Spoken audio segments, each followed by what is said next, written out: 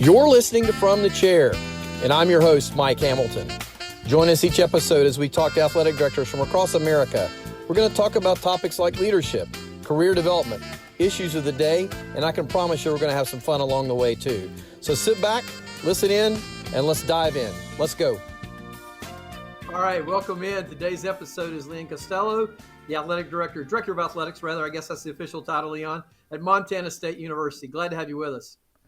Thanks for having me. It's great to be here.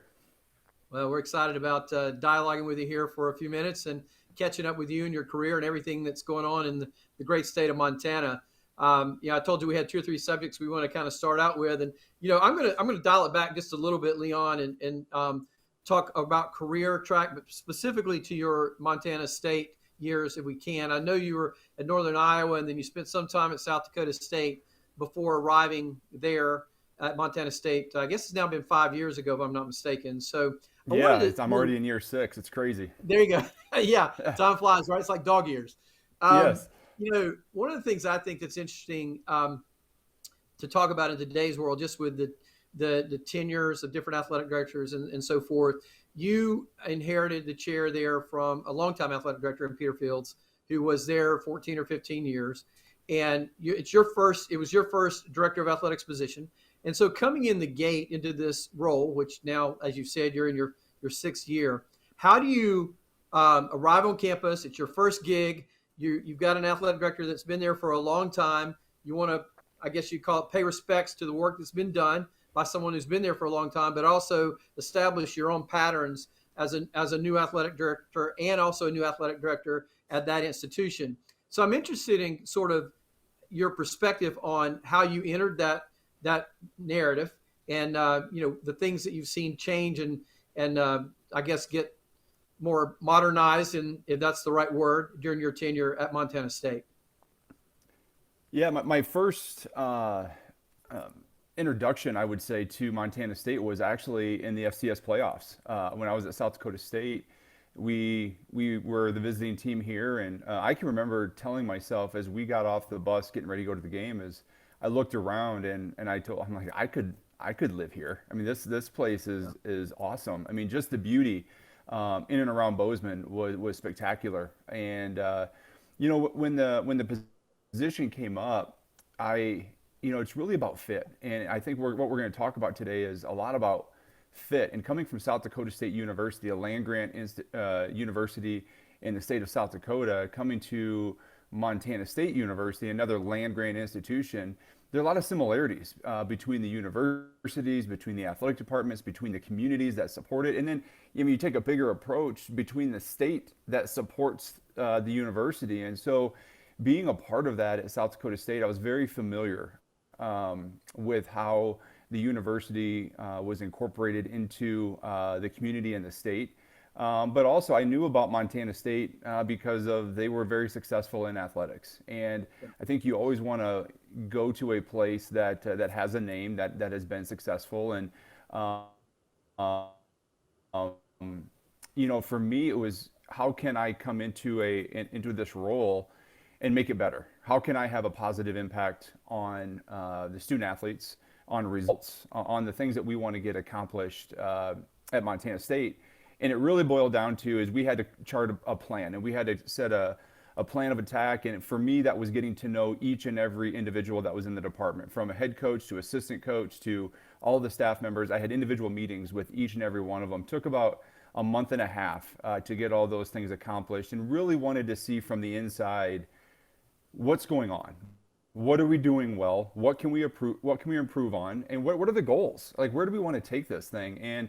And after listening and learning, it really charted our path. And we came up and we organized a strategic plan. And to be honest, we're at the tail end of that first strategic plan, and we have to update that. But that's really the way it started. I think getting to know who you have working for you and what they want to accomplish, and then hopefully mixing a little bit of my own goals with what was going on here. And we've seen a lot of success over the last 5 years, but I really take it back to really understanding who was here working, what they wanted to accomplish, and then put it down on paper like, hey, this is where we want to take this this program, and that really got everybody to buy into all the decisions and different things that we had to do in order to get there. Yeah.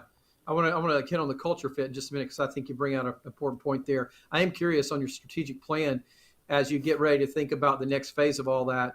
How do you evaluate your department against your strategic plan as a general rule? Are you looking at that with some regularity with your senior staff, or are you doing a once a year look in? Have you done a 5-year look in? As an athletic director, as a leader, how are you measuring yourself against your plan? It's a great question, and I think I'm probably the one taking a look at it more regularly. We do bring it up in all of our staff meetings, whether it's my senior staff meeting or it's an all staff meeting. We always like to show what are those things that we have accomplished, and what are those things maybe that are still kind of left out there that we are trying to accomplish.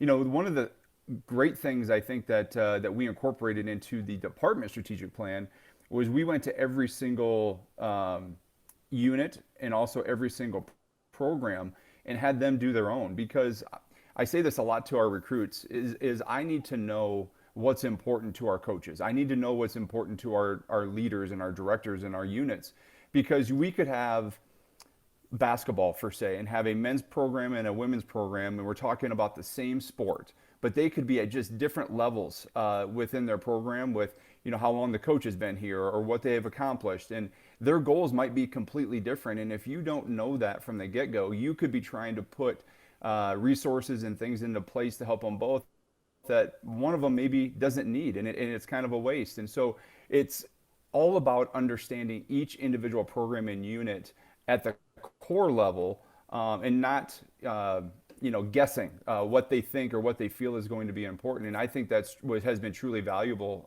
to me. But I think, to get back to your original question, it's been, I look at it all the time. I think our senior staff in a smaller unit, we look at it during our meetings, and then we have all staff meetings a couple times each semester, and we'll bring it out and show everybody what has been accomplished, because I think when they know if there have been some tough decisions that had to be made, or maybe a little bit easier ones, but if they can see progress, then they truly can buy in and understand why we're doing what we're doing. Yeah. So a few years ago, Leon, I did a little deal where I called, I don't know, 20 or 25 athletic directors and asked them, what do they look for when they're looking to make coach hires? I have my thesis on that, the things that I like to ask for, the things I like to look for. And what I found was, it wouldn't surprise you, there's some common themes, but in almost every case, there were some different things that athletic directors were seeking. But one consistent theme was cultural fit, right? And Yeah. you now have had the opportunity to hire a number of new coaches in your tenure. I don't know, 5 or 6 perhaps. I know you made a couple of marquee head coach hires in basketball and football, which are more noticeable to the public. They're all important, but those are the ones that are forward facing to the public more so than not. What does the cultural fit look like at Montana State? Yeah, I think it goes back to that plan, and I think every time that I interview, I want to know that coaches or staff members really know what they're getting into. When I ask them, I always ask them, what do you know about Montana State, and what do you know about what we've accomplished over the last 5 years? I really want to know how they can integrate themselves into what is being done here, what has been accomplished, and then how they can help us take it to the next level. And to me, that's the fit part, is truly understanding the environment you're going to be walking into, but then also seeing yourself in that environment and telling us how you're going to help us improve even more. It's basically it's a self-evaluation of yourself and your skill sets to tell us how, maybe what we're missing a little bit, but to tell us how they're going to get us over the top. And I truly feel if they've done their homework, they know what they're getting into. They know how to answer that question. And it's a simple question, but I think at times it can be a very difficult answer. You really have to understand and do your homework and to understand what's going on within our department. But I think it spreads even a little bit farther than that, because you want to know what's going on campus, and you want to know what's going on in the community that supports us, and how you see yourself fitting into that role. Yeah. So my hunch is that in your strategic plan, you probably had something about facilities, And I know that this past year you opened up a facility that you've got to be very proud of from what I've seen of it. And that's the Bobcat Athletic Center. I think you're calling it the BAC, or at least that's the acronym I've seen used in the press. Yeah. And I know that you were sequencing some of your facility growth, and this was the facility that you have led with in your most recent plan. So tell us a little bit about what you guys are doing there, and maybe a little bit about the sequencing of your facility plan. Yeah, it's a great question, and you're exactly right. We're happy to have kind of that first phase completed.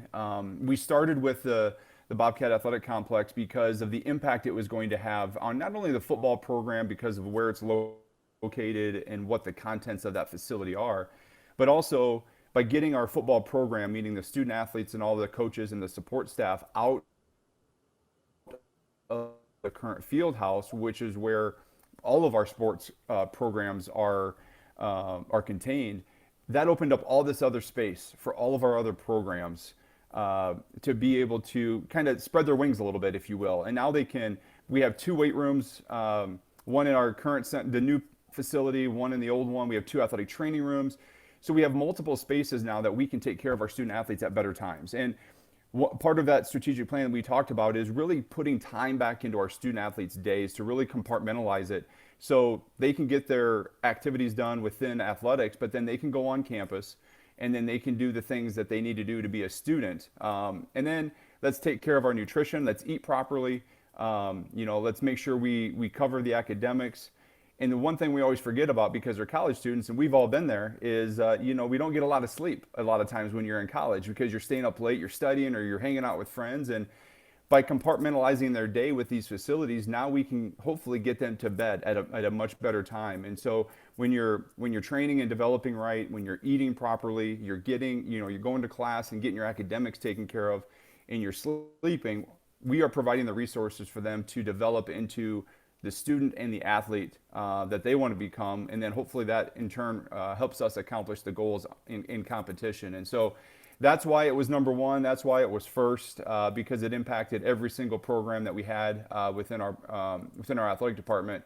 And you're exactly right. Hopefully it starts the domino effect, and we have a few other facilities that we'd love to be able to get started. And obviously with the climate that we have here in the upper Northwest, we have a little bit of snow on the ground right now, not a whole lot, but when you're trying to, practice football outside when there's snow on the ground, having an indoor facility, would be very beneficial for us. So that's high on the list. We'd love to be able to, finish off the football stadium with some new seating and some new premium seating.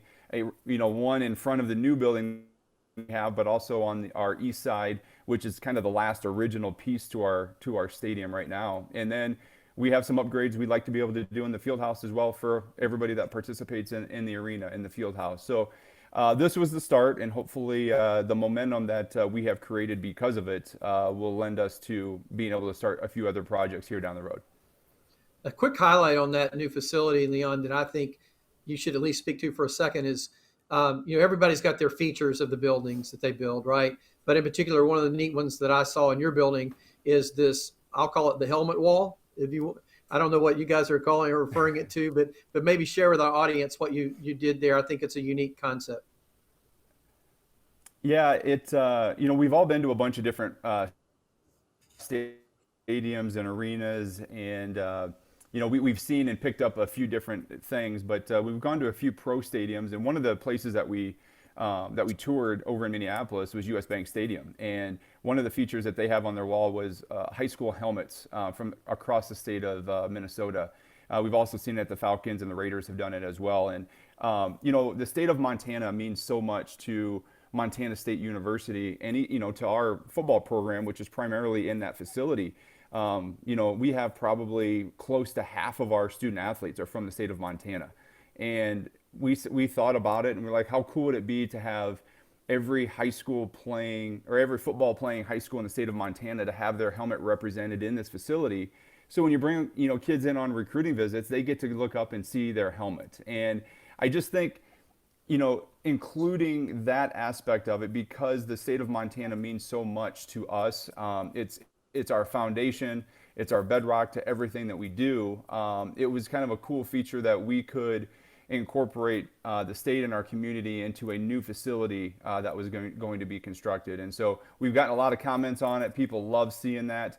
We've got even a couple comments about what about all the out-of-state kids? And like, well, we know that, but we're in the state of Montana, and it's a land grant institution which work hand in hand together, and so it's been a neat feature, and it's been one that our fans really like, and they like seeing all the additional helmets come in, and it'll be interesting to see how we curate this thing, because if logos change and schools Yeah. consolidate, how we're able to keep up with it. But it's a really neat feature right when you walk into the lobby of the building. Well, that's a great shout out to your the student athletes around the state of Montana for certain.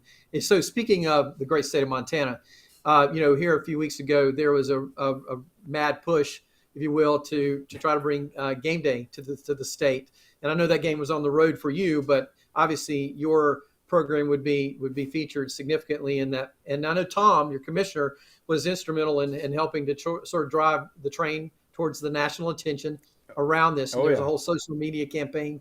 And I, the thing that I wanted to ask you is, what would fans have learned about that rivalry and the state of Montana? What would America have learned about you guys if they had come for game day?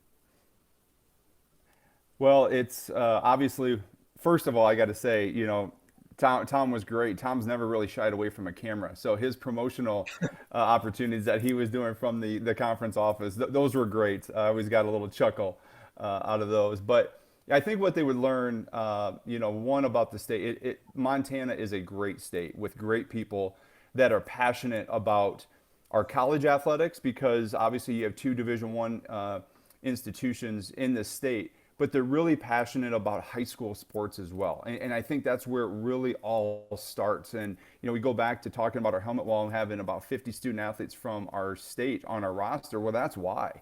They're really passionate about what goes on in the state. And I think you would learn that it's one of the oldest rivalries in the country. It's probably up there. I mean, you talk about passion when we play each other. It's one of the most passionate rivalries you'll find anywhere. And I'll put us up against all of the big ones. They would learn that, when you come into the state, you're one side or the other. I mean, you're either Bobcats or you're that other one, and it gets ingrained in you very, very quickly.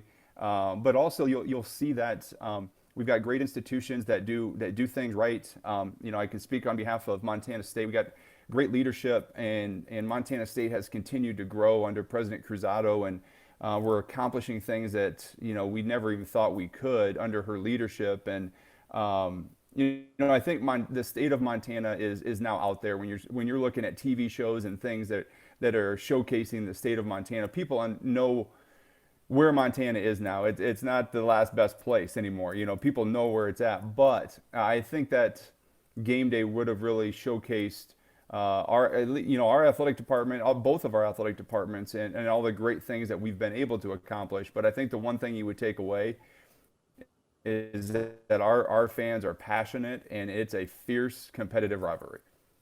Yeah. So you've had an incredible football season. You've established a home sellout streak, and there are 5 teams from your league that were selected for the FCS championship subdivision playoffs out of 24 teams that were selected. I guess you might refer to your league in football perspective as sort of the SEC of the FCS in some ways, right? I'm curious your thoughts on the population is more dispersed in the West, but if you look at your league and the success of the football programs in your league, it's high level success, right? And so where does what's that derived from? Is it specific commitment dollars wise to football? Is it the fact that there is a disbursement, so maybe the talent's attracted to Montana State, Eastern Washington, Cal Davis, et cetera? I'm just curious your assessment on why. There was a time in history where the Southern Conference was sort of more prevalent in FCS ball, and they're still successful, but clearly it seems that the power shift over the last several years has been to the Big Sky. Your perspective on all that? Yeah, I think it's a loaded question, but I think there's a lot of reasons when you look at it. And I would say yeah, there's not a lot of FCS conferences out west. Obviously, the WAC adding football adds to that. But I think the talent out west, there's a lot of talent. And you're looking at the Pac-12 and Mountain West as kind of the conferences at the FBS level. There are a lot of student athletes and prospective student athletes that can play Division I football or sports, whatever one you want to pick. And if they want to stay close to home, there aren't a lot of places to go. So I think definitely that has something to do with it. But I'm going to take a step deeper and just say I think the leadership within our conference, starting with our conference office, but also going to our presidents and to our athletic directors, have really put a focus on football. And to be honest, across the board, on being as good and great as we can be across the board. But you're that in football, and you're seeing the focus at our institutional level, and it's not just football facilities, but I think you're seeing facilities built within the Big Sky Conference all over campuses, and I think that attracts student athletes. Here on our campus, we've built new residence halls, we built new dining centers, we built new academic buildings. We were kind of on the back end of this. But I think when you're trying to recruit student athletes to come to a place to fulfill the mission, which is come to a place that plays Division I athletics, that will be competitive, but will also get you the degree that you want to set you up to be successful in life. If you look at the Big Sky institutions, I think we do a very good job of that. And I'll tout our horn and say Montana State does a great job of it. And I wish I was a college student now, seeing all the things that they get included in their dining halls and their residence halls, and we're keeping up with all the different trends in what students are looking for and how they're going to pick a university. And I think all of that goes a long ways to attracting talent. And it's not just athletic talent; it's talent on your campus and student talent to come in and populate your campuses. And so I just think the Big Sky Conference is doing a really good job of that in a location that has been highly successful because maybe there aren't as many schools to choose from. So I think that that can be a negative in many ways, but I think in this case that can be a very big positive. But I also think it's incumbent upon our campuses to keep up with the times and make sure that we have institutions and places where people want to come and continue their college education. Yeah. All right, let's shift to a couple of industry questions here for a second. One of the big subjects of this, really the past year and a half, but in particular over the last 5 months, has been NIL. And I think the jury's still out on that in terms of what it actually means. We're seeing some activity across the board.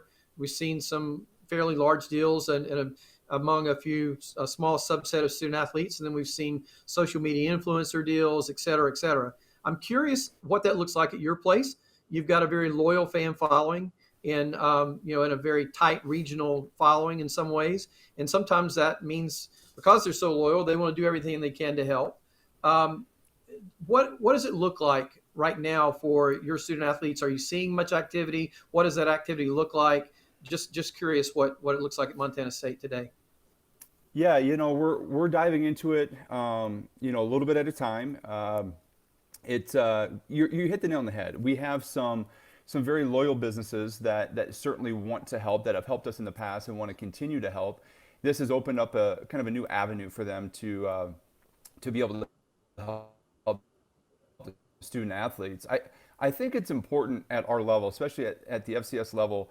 If you take a step back, Montana State, we generate about 50% of our annual operating budget is generated from external dollars. So that's corporate sponsorships through Learfield, ticket sales, donations, all of those extra ways in which we were able to generate money. And for me, we need to educate our student athletes first on how to do this right, how to promote yourselves in the right way, how to set yourself up to be, eligible and available to do an NIL deal. And then it's also about educating our sponsors and our businesses so that of that 50% that we generate that goes right back into our operating budget, that we don't take away from that and put it into a separate pot. We want to be able to grow this and say, look, continue doing what you're doing to support the student athletes in total. And then if there are a few that you want to help individually, have that be extra. And when we have been able to sit down and really explain how that would affect us,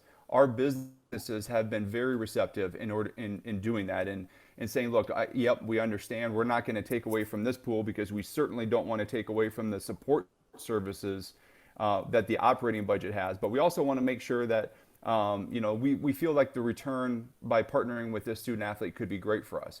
And then we certainly would love for them to be able to do that. The other part of that is we have set up and partnered with our College of Business to set up some educational sessions for our student athletes to talk about branding, and to talk about how to set yourself up better to have some of those deals fall into your lap. And so we're talking about social media. We're talking about what you're doing to highlight yourself and really promote yourself in a positive way, so that businesses would be attracted to you. So we're trying to help our student athletes. We're trying to help our businesses. And then if there's a match, they connect on an external basis, and they make it work. But, I think we were a little bit nervous about it at first. But I think seeing what we're seeing, I think we truly can help the student athletes, and we truly can help our businesses. But we have to do a good job in messaging, what does that mean for us as a department? And I think as long as the people understand, whether you're a student athlete or you're a business, they don't want to affect us in a negative way. And so that's been very positive from our perspective, and hopefully that trend continues for us. That's good stuff. So, NIL, Austin case, the pandemic, transfer portal, escalating salaries, realignment. I'm sure that all that's in your mind every day. Beyond the NIL discussion we just had, what else is really kind of like on the forefront of your thought process as you get up in the morning?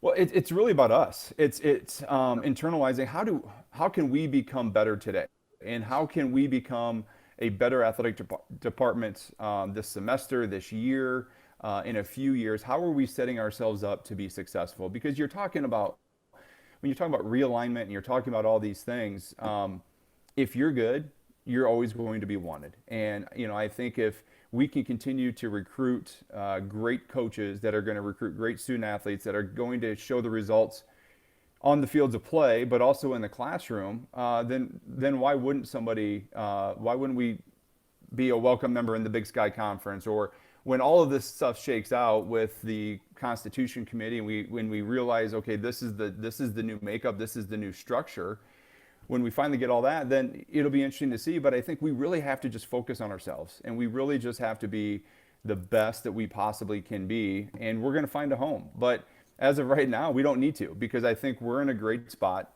and we want to continue to focus on winning championships in the Big Sky Conference that will set us up for qualifying for national championships. And giving our student athletes that opportunity, for me, is at the forefront. By also kind of keeping your eye on what's going on around you, but really internalizing and focusing on ourselves. That's a great answer. Great answer. All right, a couple lighthearted things, and we'll wind this up here.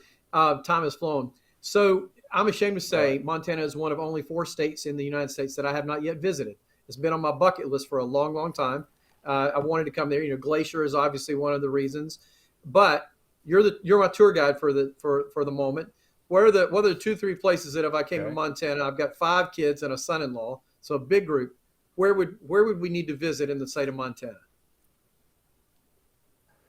Well, you have to fly into Bozeman. I mean, that's just it's a must. So when you fly into Bozeman, about an hour and a half south of here, you can go to the west side of Yellowstone, of the entrance of Yellowstone, and you have to go through there. And to be honest, if you have time, it takes a few days if you really want to see the sights. My wife has been tremendous, because we've had people from the Midwest come out here, and if they've never been to Yellowstone, maybe they've never been to Montana, and they want to go down there. She's got a route you can do, but it takes about 12 hours.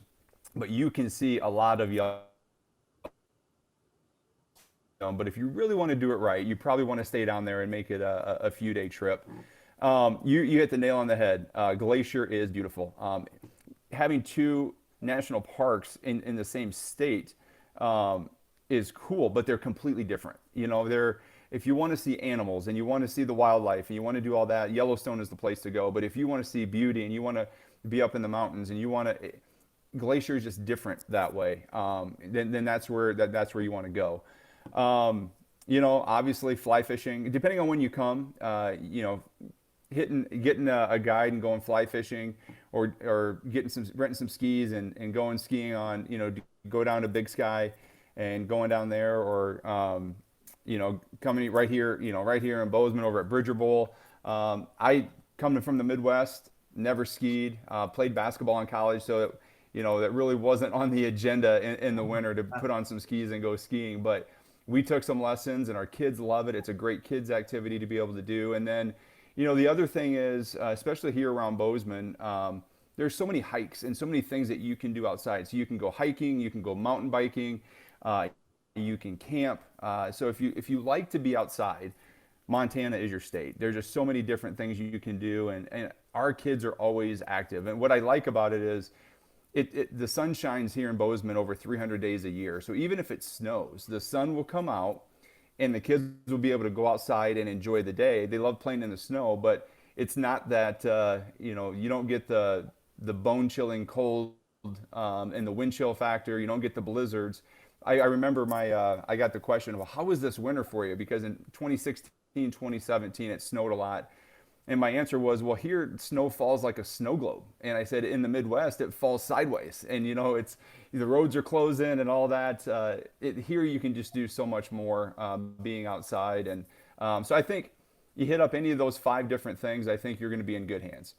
That sounds great. Sounds like you got a career as the state tourism director when the AD years are over. Hey, so look, lighthearted, but at the same time, it's funny when I do my background research, you read articles and listen to interviews and all this kind of thing. And one of the things that was pointed out about you is this game day tradition you have of always having to have a game day hot dog. And so I've got to call that out. And, so I've got 3 or 4 questions. I'm assuming you're going to say the best game day hot dog is at your place. So we'll park that there. So is that the best game day hot dog? If not, where? If it is, then what's your favorite game day hot dog on the road? And then how do you have to have it dressed? People get very opinionated about this, right? I mean, I was in Chicago last week at a Northwestern basketball game. There was no ketchup to be found. It was relish and it was mustard and sauerkraut, but no ketchup anywhere. So give us the Leon Costello review of stadium hot dogs. Well, of course, I got to give a shout out to Ron Perrin, who's our concessionaire. We do have some really great all beef hot dogs, I must say. And, it all started, I think it was maybe a little bit at Northern Iowa, but really at South Dakota State, it took a hold.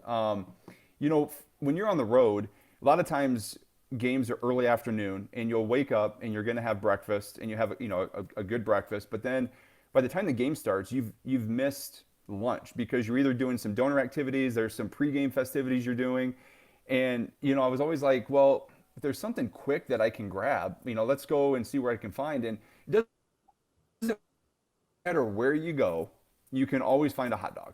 And so I think that's probably why it was a hot dog. You can go to some concession stands, they have different things, but it might be a cheeseburger or hamburger at one place and not another, but you can always find a hot dog. So that started, and I remember we started winning a bunch of games, and I was like, you know what? I have to have a hot dog before every game. And I do get the question a lot. This might sound bad, but I'm not as picky about what goes on my hot dog. And this is going to shock you. It'll shock many people. But the best hot dogs are the ones that have the buns and they're wrapped where the buns are kind of soggy, where they kind of form to the hot dog, They're not the dry buns. And then a lot of times if it's the right one, you don't need anything on it. Like I'll just grab the hot dog and start walking and start eating. I won't even take the time to put ketchup on it or anything. But if there is anything, it's ketchup. If I do put it on there, maybe a little bit of relish. But a lot of times, and people are going to be surprised, I eat a hot dog plain. I really do. If it's a good enough hot dog, you can eat it plain. Okay, this is putting you on the spot. You may not have the answer because you probably haven't thought about it. Best hot dog on the road in the Big Sky. Ooh, let's see. That is a great question. I've had one here in the past few weeks. They weren't as good. You know what? The funny part is we went to Weber State. They didn't have, get this, they didn't have hot dogs, but they had corn dogs, and they really light, fluffy, and then you put honey on it. So that was very interesting. That was unique to me. That was very, very good. Um, I would probably say, man, um, you know what? Northern Colorado, I believe, had a good one. If I remember Yeah. right, we didn't go there this year, but if memory serves me right, Northern Colorado had a good one. I have to give a shout out.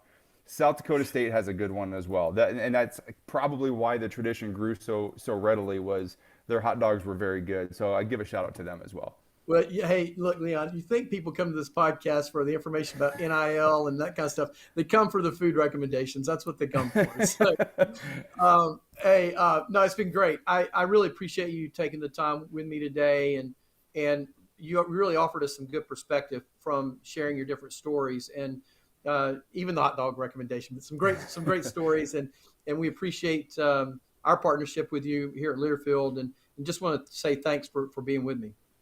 Well, Mike, I just want to thank you too for taking the time. Obviously, I listen to these all the time, and it's it's fun to listen to how people handle certain situations, or what they're doing with the hot topics in our industry right now, because I think we all can learn from each other. And even though we're at different places, different environments, we can take things from different places and mold them together, and really do some special things at our place that don't have to be identical to what others are doing. And so listening and putting perspective to that, and giving our voices some life. I appreciate you taking the time and doing that, and of course appreciate our Learfield partnership.